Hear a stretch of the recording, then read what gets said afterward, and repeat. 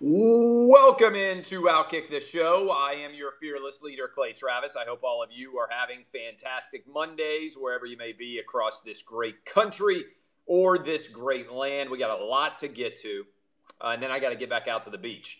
So let's start here. The United States coronavirus update is the most optimistic one we have had since March, and today is going to be even better as sports starts to roll back. We're going to get to that in a minute. But first, the data points. Sunday, Mother's Day.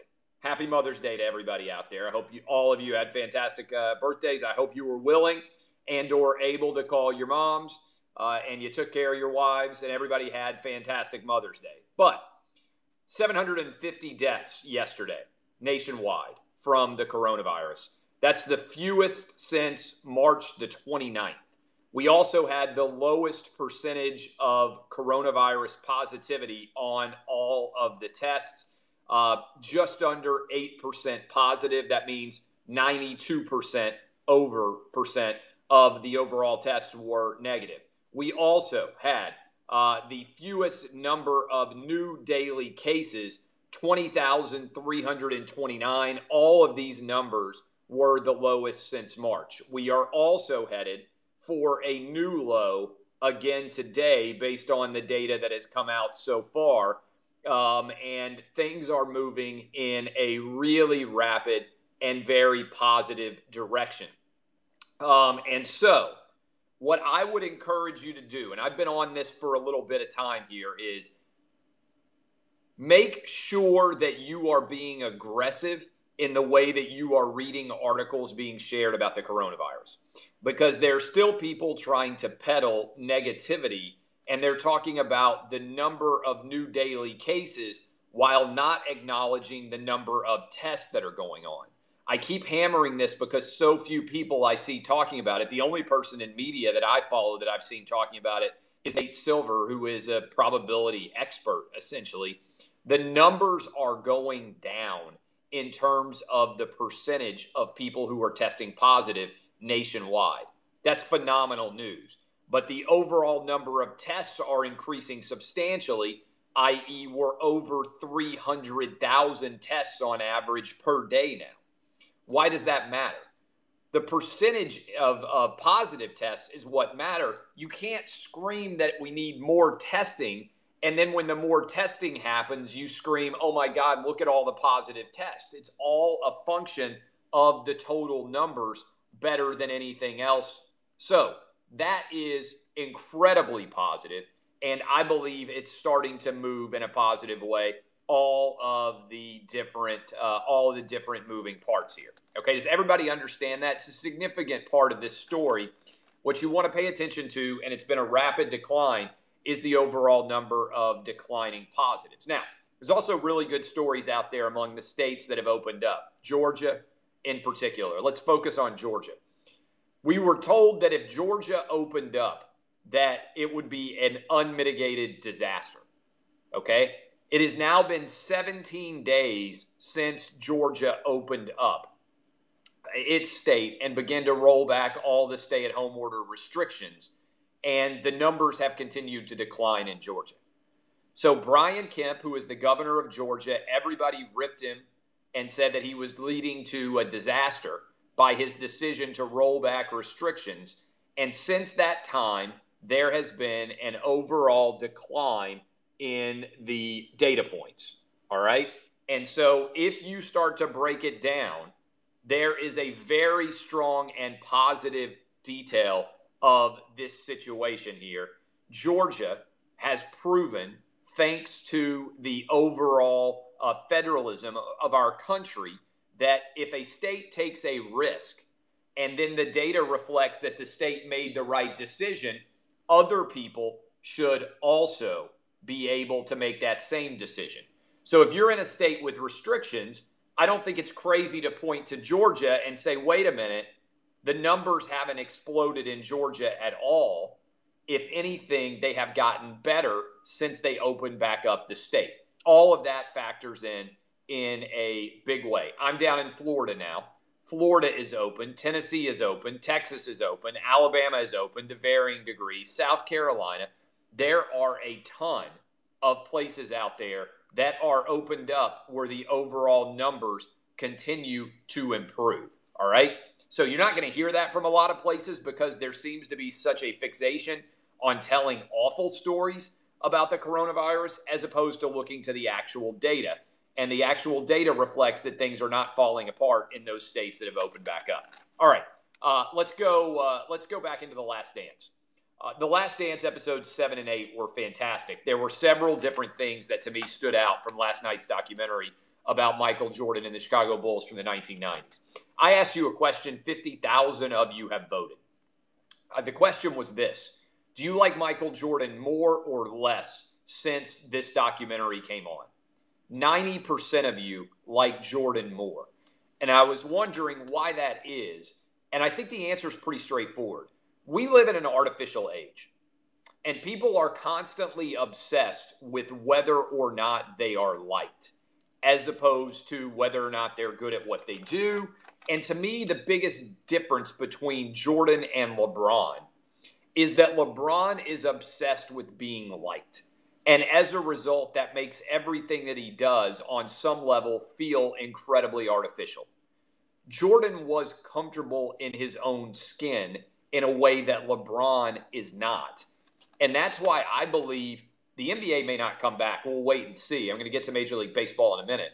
But I believe Jordan is effectively winning a 7th title with this documentary, which is burnishing his legend in an incredible degree. We opened up phone calls on Outkick this morning, and I said for people out there who were young, it was pretty straightforward. I said, you know what? How many of you out there are young, 25, 26, 27 or younger? And you had been arguing that LeBron was better than Jordan. And since you watched this documentary, your opinion is changing. And a huge percentage of people called in on the show and said, you know what? I used to be a LeBron guy or maybe even a Kobe guy. And I now understand what my dad or my mom or my grandma or my grandpa, aunt and uncle, why they've been arguing in favor of Jordan for so long. He is the greatest of all time. And this debate is basically dead now. I think this documentary has killed it. And Jordan winning a 7th title effectively with this documentary is phenomenal to see the impact of his legacy. This was a great line. I saw him on Cowherd earlier today, the famous agent. He said Jordan outsells every current NBA player 2-1 over every existing current NBA athlete. I want you to think about that for a minute. Michael Jordan outsells every current NBA player with his Jordan brand sneakers 2-1 according to David Falk right now. All of those players that are playing right now, whether it's Steph, whether it is LeBron James, whether it's James Harden, all of them have the shoes. And all of those players combined sell 1/2 as many shoes as Michael Jordan right now. That's an extraordinary stat. That was from David Falk today on The Herd with Colin Cowherd. Several other things that stood out me from The Last Dance. How about the decision at 31 years old for Michael Jordan to go play baseball? I remember sitting in the right field bleachers in Greer Stadium in Nashville, Tennessee. There were 2 minor leagues teams that year. They had a AA and a AAA team. And I watched Michael Jordan play right field for the Birmingham Barons. And it was incredible to see the electricity in that baseball stadium from Michael Jordan playing baseball. And I thought there were a couple of interesting stats. Terry Francona said if he had gotten 1,500 at-bats, he'd have gotten to Major League Baseball. He also said, Jordan hit 202 in AA ball and drove in 50 runs. He started with a 13-game hitting streak before he fell apart with breaking balls. But he only played 1 season. And if he had continued to play, given his athleticism and his ability to cover territory, he hadn't played baseball since he was 17 years old. And he got into the game and, again, hit 202 and drove in 50 runs in AA baseball. That was pretty unbelievable when you think about it. To not have played pro baseball at all and not have played baseball in general since you were in high school, and then you hit 202 that's pretty phenomenal. The likes of which I'm not sure how many guys out there could actually even manage to be able to do that. And so that discussion was really interesting. But I thought maybe the most interesting was when B.J. Armstrong was asked, was he a nice guy? And Michael Jordan was later, and he paused. B.J. Armstrong did. And he said, well, he couldn't really answer that easily. And then he came back and he said, this is Michael Jordan, winning has a price and leadership has a price. If you don't want to play that way, don't play that way. And he broke the filming. And then he also said, he never asked me to do something that he didn't effing do. And I think that's such an integral part of leadership, whether you're leading your family, whether you're leading a business, whether you're leading church group, wherever it might be. If you are willing to do what you are asking everyone else to do, that is the very foundation of leadership. And I feel like there's so much that can be learned about the way that Michael Jordan led. And it's interesting, when I asked that poll question and 50,000 of you voted and whether or not you found Jordan more or less likable, one of the responses was, not only did I find Michael Jordan a lot more likable, I find everyone in the modern NBA a lot less likable.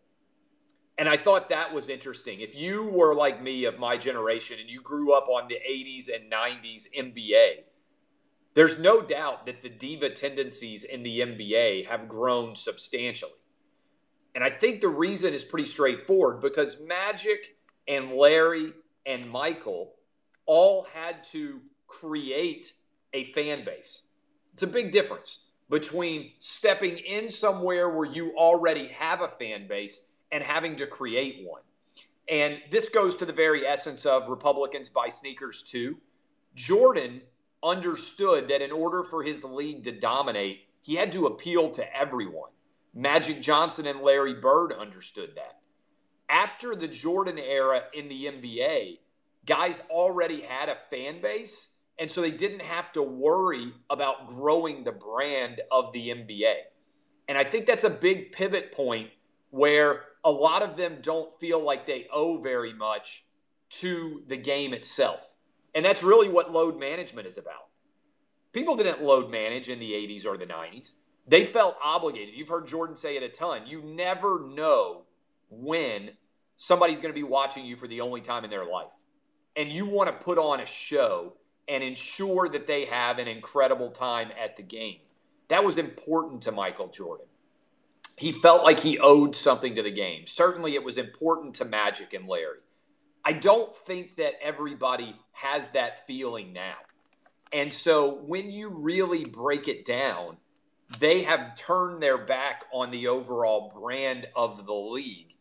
And as a result, there is a big, huge, substantial, seismic difference in the way the players carry themselves now versus in years past.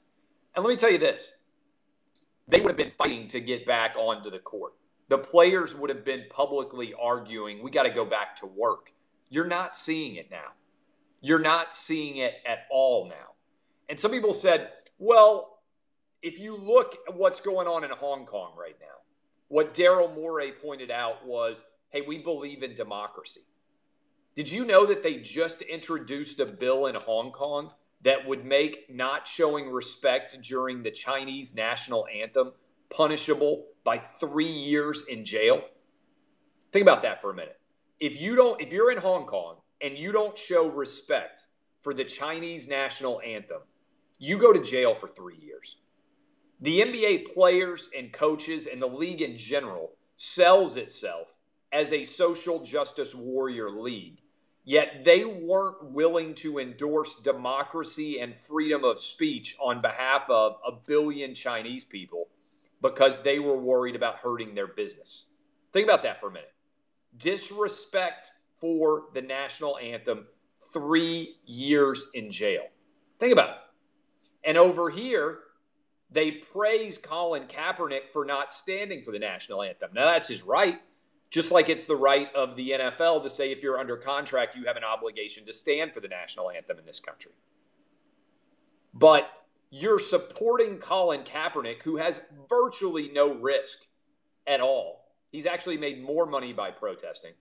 And simultaneously, you will not support people in Hong Kong and their right to demand democracy. This is hypocrisy of the highest magnitude and order. And look, I'm not opposed to business making smart business decisions for their brand, okay? But if you do that, don't sell me on the idea that you are about something other than business. It's why I don't rip the NFL. The NFL has made it clear they are a capitalistic business. They'll do whatever is best for revenue. Okay. If the NBA had sold that image, I wouldn't rip them. But LeBron sold, I'm about more than basketball. I won't shut up and dribble. And then when Laura Ingraham told him to shut up and dribble when he made dumb political comments here, he called her racist. When China told LeBron James, shut up and dribble, he shut up and dribbled. He didn't in any way accuse China of doing anything that he had been angry about with Laura Ingraham. It's an incredible hypocrisy. And then LeBron said, First Amendment doesn't always work well. They was uneducated. Is a lot of really not very smart perspectives from LeBron. And most in the media didn't call him after it. Most didn't call him on it. I think that's a big deal. Other things in the Last Dance. How about Scottie Pippen refusing to go into the game, getting called out by Bill Cartwright in the locker room after Tony Kukoc hit a winning shot, and then 25 years later, further saying, I still would probably do it again. Phil Jackson, F him when he wouldn't go in. Bill Cartwright crying, Pippen crying and apologizing in the locker room, and then basically taking back the entire apology by saying I'd probably do it again. Also, to Scottie Pippen's credit, one of the greatest dunks in the history of the NBA, maybe the greatest, dunking on Patrick Ewing in Game 6 to force a Game 7 in the semifinals of the 1994 NBA playoffs. Couple of other things. Jordan punching Steve Kerr. This has become an iconic moment in Jordan's legacy and in his legend. And he said, he earned my respect. Jordan punched Steve Kerr. And then he said, from that point, our relationship dramatically improved, Steve Kerr said.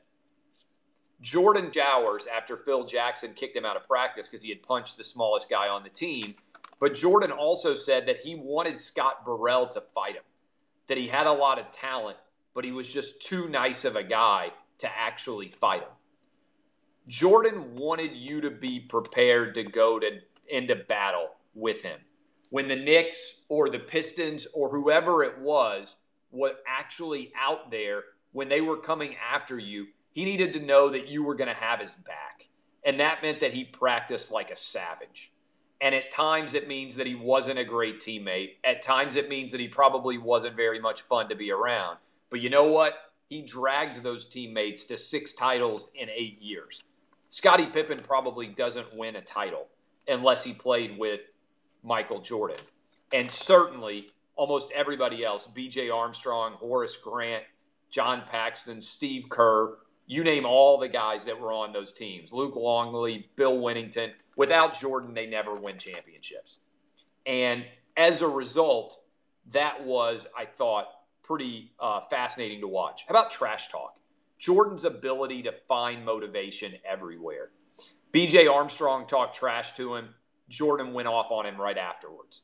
George Karl doesn't say hi to him in a restaurant. Jordan finds a reason to be insulted by that and dominates against George Karl because they had the UNC connection. How about the made-up story of LeBradford Smith? Supposedly scored 37 points, had the game of his life against Michael Jordan. After the game, he says, nice game, Mike. Jordan says, I'm going to get 37 on him in the first half. He scores 36, back-to-back game.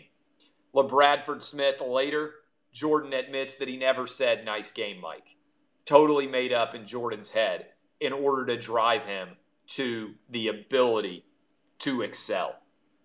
How about the I'm back press release When Major League Baseball was on a 1995 strike, Jordan refused to cross the labor line, decides to come back and play and try to steal a title, loses to the Orlando Magic, but introduces the most iconic press release in the history of sports and maybe the most iconic press release in the history of mankind when it said simply, "I'm back," and that was it. Now, Jordan deciding to leave after his dad died, we actually didn't see that much of an examination about his dad's death in August of 1993. Dad was driving a Lexus, missing for 3 weeks. The car was stripped, later found his body in a river. 2 18-year-old drifters did it. They tried to completely debunk the idea that Jordan had been suspended for 18 months for gambling. But the whole thing all kind of rolled together, and it was a mess. They did their best to put it away, but I'm still not 100% convinced that that Jordan wasn't suspended for 18 months from the NBA. But Jordan says that he wanted to do it because he told his dad he wanted to do it. He saw my last basketball game, and that his dad and he were debating him playing baseball at 31 years old, and he was saying, do it. Final little note that I had. In 9th grade, Jordan got suspended from school 3 different times. His dad set him down and said, if you keep getting in trouble, you can forget about sports. The importance of having a strong parental relationship looms itself throughout the Michael Jordan story. Michael Jordan had a great dad and a great mom, and it grounded him in reality and allowed him, I believe, the freedom to excel in a way that a lot of others would never have been able to do. Just an absolutely fantastic, phenomenal, incredibly engaging documentary so far. The one thing I didn't like in The Last Dance was I wanted more about Jordan crying on the ground holding the basketball after winning his 4th title instead of going to Reggie Miller. I thought that was an ugly turn in what otherwise had been a really good documentary. There's 2 episodes left. We'll see what ends up happening going forward, and it should be pretty entertaining and enlightening to see. Okay, Major League Baseball. Report is Major League Baseball owners have okayed the new deal that would see Major League Baseball coming back, and this would be pretty awesome. Major League Baseball would return, according to an AP report, on July 4th, and if that were to happen, Major League Baseball back on July 4th, can you imagine how electric the country would be to have baseball coming back across the entire nation on July 4th with an expanded playoff coming? That would be pretty phenomenal to see. Fingers crossed that the players and the owners can get that worked out. Independence Day baseball, indeed. I would love to see it. How about the English Premier League? In Great Britain, they are starting to open up their country, and the English Premier League has now been cleared for a June 1st return. They would start playing a couple of weeks later. The EPL teams are planning to finish the season. That would also be outstanding to see. So we got the EPL, we got Major League Baseball, and we also have the UFC, which returned on Saturday night to massive audience. Credit to Dana White, credit to the UFC for setting a really important precedent. And that precedent is straightforward and direct. It is this. If somebody tests positive, you isolate them, get them healthy. You don't need to quarantine the entire league. You don't need to shut down for 2 weeks. That is incredibly important, the precedent that was set by Dana White and the UFC and ESPN. That event went on, massive audience all over the country and around the world. UFC's got an event Wednesday. They have another one Saturday in Jacksonville, and then they have a lot more events coming. Test aggressively, and if a guy tests positive, you pull him out and you go back. Huge gambling market out there for the EPL. Absolutely huge. That was phenomenally well done by Dana White. He deserves a great deal of credit for the way that he handled this and for being the first league back. NASCAR is coming back this weekend. PGA is already on the hook. UFC is back. I would bet that boxing will be back soon after they see how the UFC is doing. Major League Baseball is working on coming back. Guys, we're going to have college football and we're going to have the NFL. Really, the MLS and the NBA are the only two sports that have to figure out what they're going to do as, again, the English Premier League is coming back. Final for you. How about my Tennessee Volunteers? Go Big Orange. 3 more 4-stars committed over the weekend. Jeremy Pruitt, number 2 recruiting class in America, looking good to finish in the top 5 this year. College football, can't wait for it to come back. Love to see the Tennessee Volunteers recruiting like this. Like what I'm seeing from Jeremy Pruitt. Like what I'm seeing from this Tennessee coaching staff. A lot of reason for a lot of excitement. I appreciate all of you. Thank you for watching. Thank you for hanging out with me. DBAP unless you need to SBAP. Go Big Orange. I'll talk to you guys tomorrow. We got a radio program going. We're also doing a lot of videos for Lock It In. Everything is going better. Trust me. Look at the data. Again, gave you this data on Sunday. If you're just watching for the first time, 750 deaths, lowest since March 29th. Positive percentage for coronavirus, just under 8%, the lowest that it has ever been since we started testing. And the fewest positive new daily cases of 20,329 ever since March 29th as well. See you guys. Thanks for hanging out with me. Hope you have fantastic Mondays. I'll see you tomorrow. This has been Outkick the Show. See y'all.